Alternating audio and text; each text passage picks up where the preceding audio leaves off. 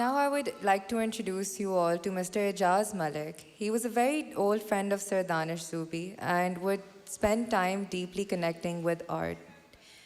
He is currently a professor at Beacon House National University and a part of the architecture and interior design departments.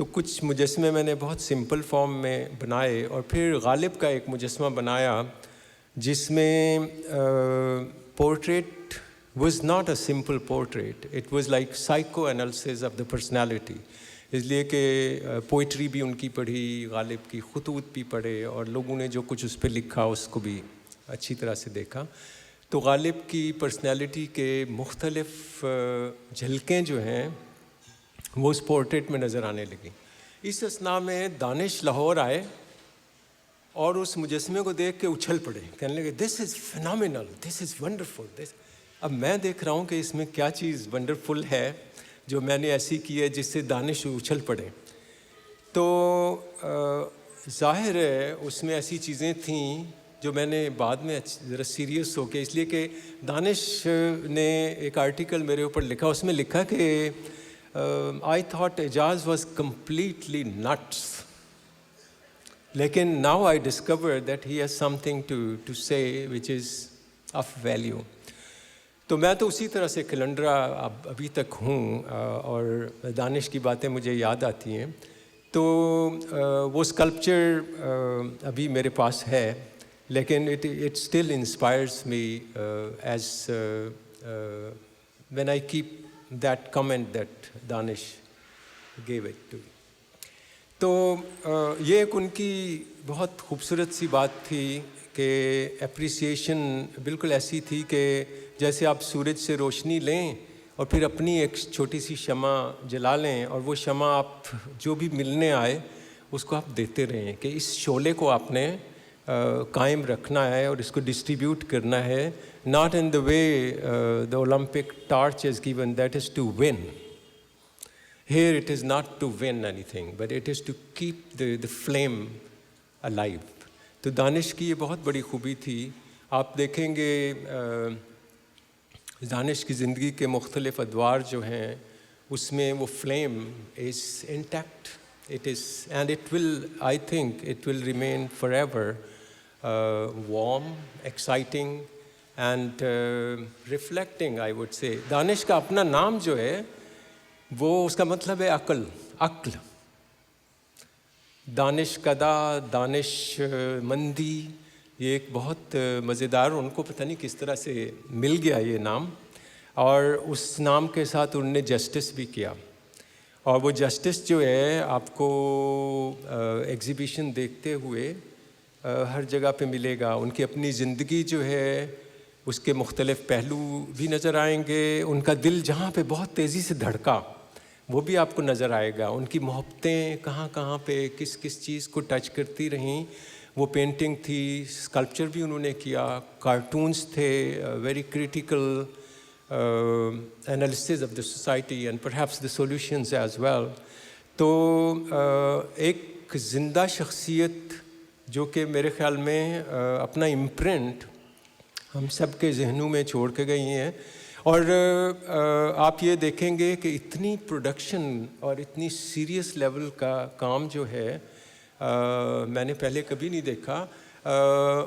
چند لوگوں نے مجھے impress کیا اچھا خاصا, جس کو کہتے ہیں کہ آپ جڑ تک امپریس ہو جاتے. تو ان میں دانش ہیں اور بہت کم اور لوگ ہیں جن کا میں نام لے سکوں. تو ڈیزائن کی دنیا میں دانش جو ہے وہ میرے خیال میں بہت انسپائرنگ پرسنالٹی رہے ہیں. اور جب تک انٹیریئر ڈیزائن کی ڈیٹیلز بنتی رہیں گی, رینڈرنگ ہوتی رہے گی, پلانس بنتے رہیں گے اور خوبصورت انٹیریئرز کی سپیسز بنتی رہیں گی, دانش ہمارے ساتھ ہی رہیں گے. اور مجھے افسوس اس بات کا ہو رہا ہے کہ ہم 3 لوگ تھے جو ایوننگز میں اکٹھے ہوتے تھے, دانش, سعید قریشی اینڈ مائی سیلف. تو وہ دونوں ایک پچھلے سال چلے گئے اور ایک پرسوں اس دنیا سے چلے گئے. So it was like a triangle and that triangle has lost 2 corners. تو ایک کارنر میں کھڑا ہوں and I think I will follow them, not soon, I don't know when, but it is like following the best people. Thank you very much.